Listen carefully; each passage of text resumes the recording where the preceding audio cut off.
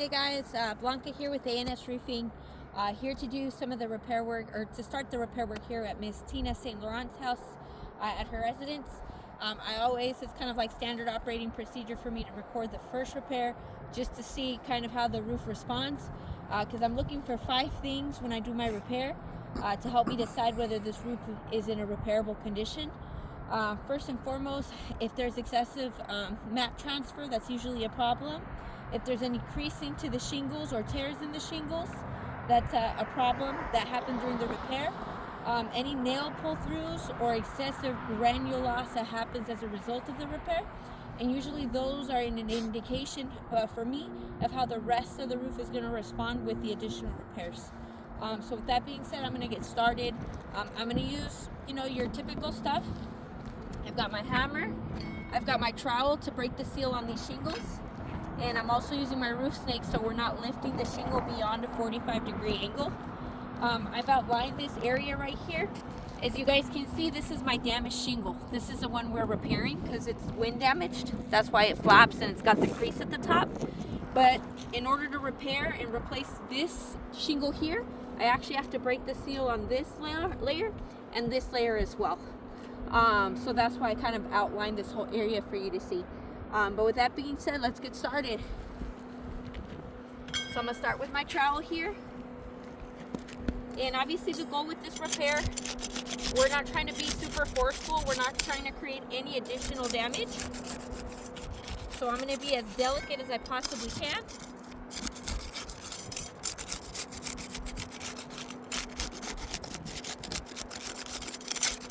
There we go.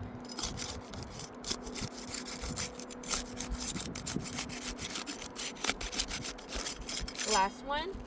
And really quick, I'm just going to take a peek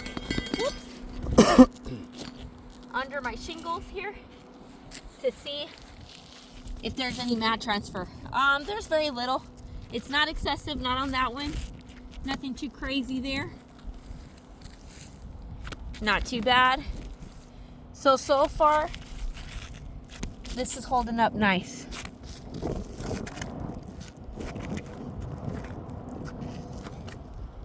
All right, we're all good. Perfect. Next step is to remove the nails. And I usually start from the top down. So we've got a nail right here, another one to remove here, and one more to remove right here, okay? I'm gonna use my roof snake for that. And just to give you guys an example, in order for me to get this nail out here, I have to come underneath this shingle, okay? So I'm gonna try to be as delicate as I can and not cause any further damage. And one of the things that I want you guys to notice is that this nail has already pulled through the shingle. So instead of popping out, the shingle pulled through the nail, which is crazy. But let me try to get this out.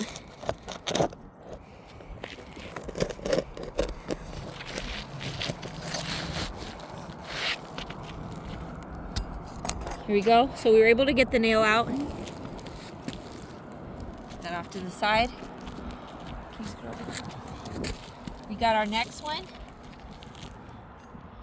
I'm going to be as gentle as I possibly can here. I'm actually trying to avoid those nail pull-throughs, because what ends up happening is that because there's a hole, a bigger hole, it's easier to get water through those cracks, and that water gets trapped underneath the shingle and eventually leads to leaks for the homeowner. So I was able to ease that one out a little bit, but it was kind of starting to pull through the front of that nail. And there should be 2 here. Okay, so they only put 1 nail. So here we go. There's our nail right there. Same thing. Trying to be as gentle as possible here. I don't think I'll be able to say, okay, yes. So it started to pull through on the front, but I was able to pull it out, okay? So that's a good sign there.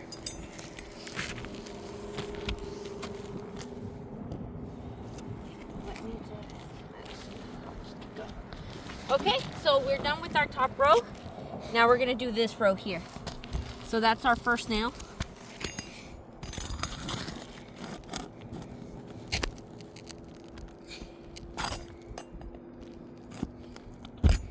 Awesome.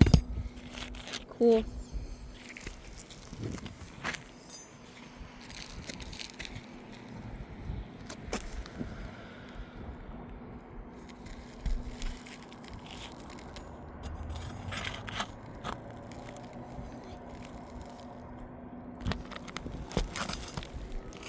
Here we go.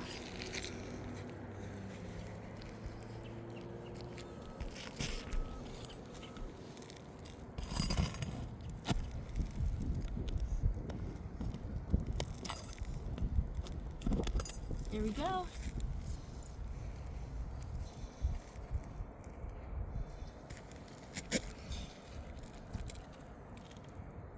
And this is our last nail right here.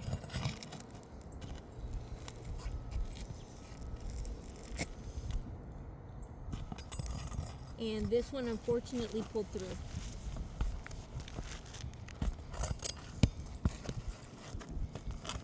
Okay. But we've removed all our nails, so at this point I should be able to just pull that shingle out, unless I might have missed one that I didn't see.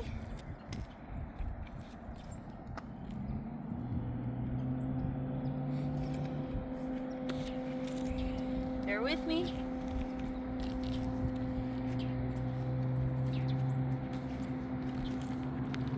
And we can just slide right out. Cool. And here we go. So something I wanted to make sure and point out, guys, and this is why nail pull-throughs are an issue. But like, for example, you guys will see that this is kind of, maybe this one here, well, these didn't pull through. So that's usually what the size of a hole is, if you will. But when you have a nail pull through, you guys will see how much bigger that hole is. So water actually ends up squeezing through and getting trapped underneath. And that's how homeowners get leaks down the line. So yes, that's something to watch out for. Here's another one right here as well. But just to kind of show you guys where those pull-throughs occur. Okay, so now I have a 3-tab that I pulled out of my truck here, and we're just gonna slide this in right here. And make sure that it's even with the rest of the shingles.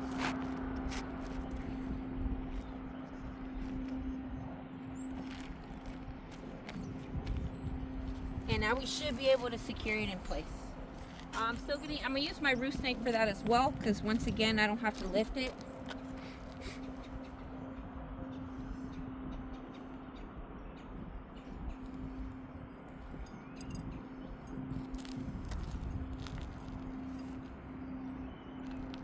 Actually, I should have kept this glove on.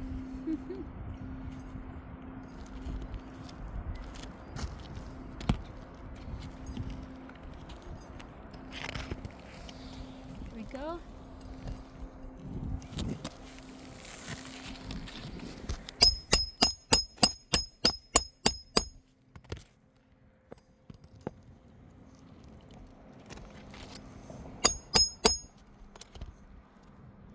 Cool, so that's secure.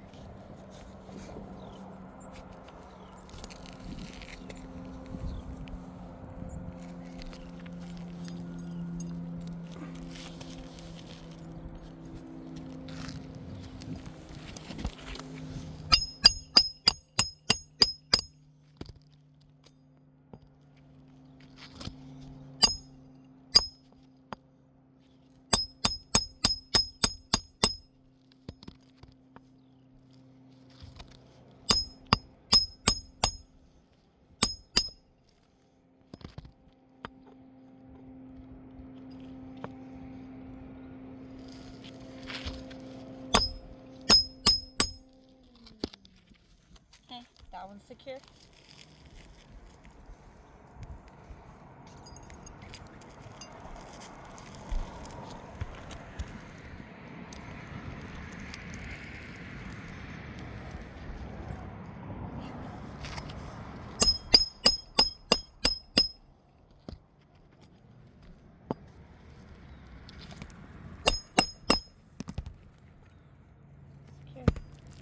And one more here.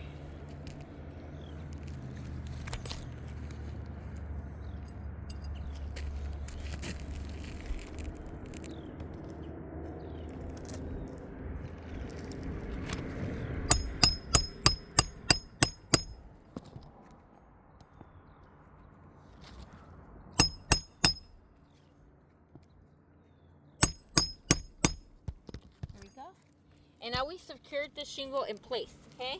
Now for the remaining nails on that top row, something to point out is we're not trying to, like I said, create any further damage, right? So we're gonna be using the same exact holes for that top row. So I can't make any new holes, otherwise, you know, you run the risk of getting some more leaks through there. The other thing I do wanna point out is that especially for those areas where I got those nail pull-throughs, what that means is I have to be careful not to drive that nail in too much. Otherwise, it defeats the purpose and you're definitely gonna get those leaks. So I need to make sure that it sits kind of even with the roof. But that is a challenge that the homeowner's gonna have, is if there's water that gets trapped underneath or gets trapped underneath the shingle because of the nail pull-through. So this is our first one here. And this is the one that pulled through, so I'm using the same exact hole. And I also want to make sure, like I said, that I don't overdrive that nail. So that way it's even with the roof is sitting right on top, okay?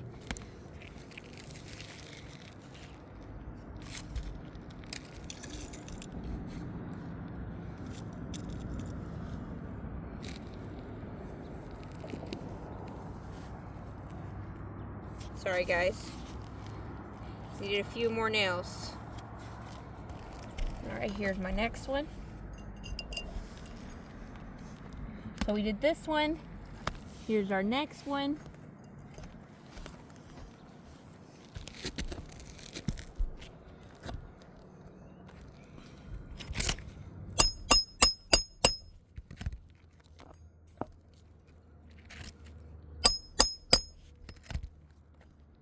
Awesome. And I believe we've got one more.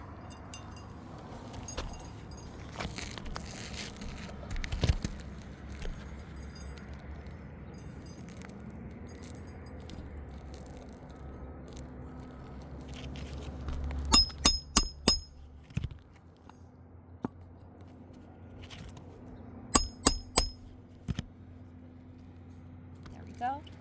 Perfect.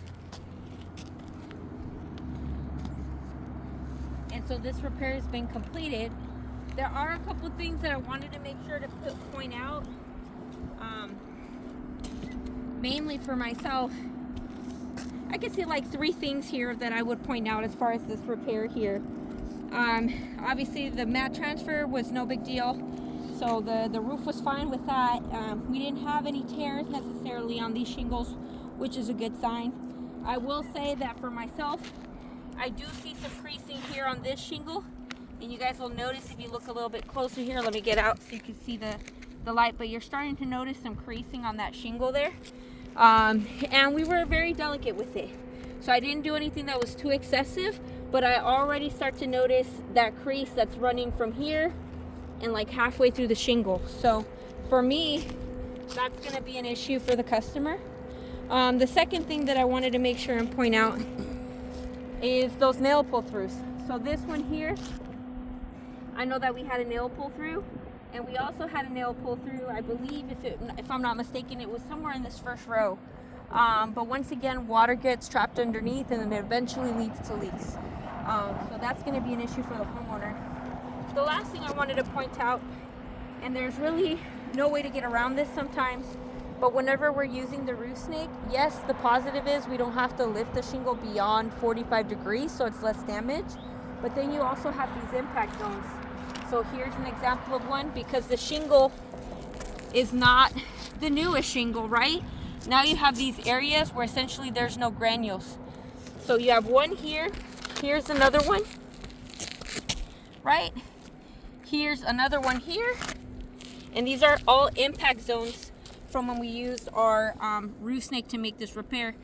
Now keep in mind, if you guys look at these newer shingles, these don't have any impact zones. I just want to point that out, because whenever I nailed in this top row, the impact zone should be here, here, and here, but you don't see it. Why? Because these shingles are just in better condition.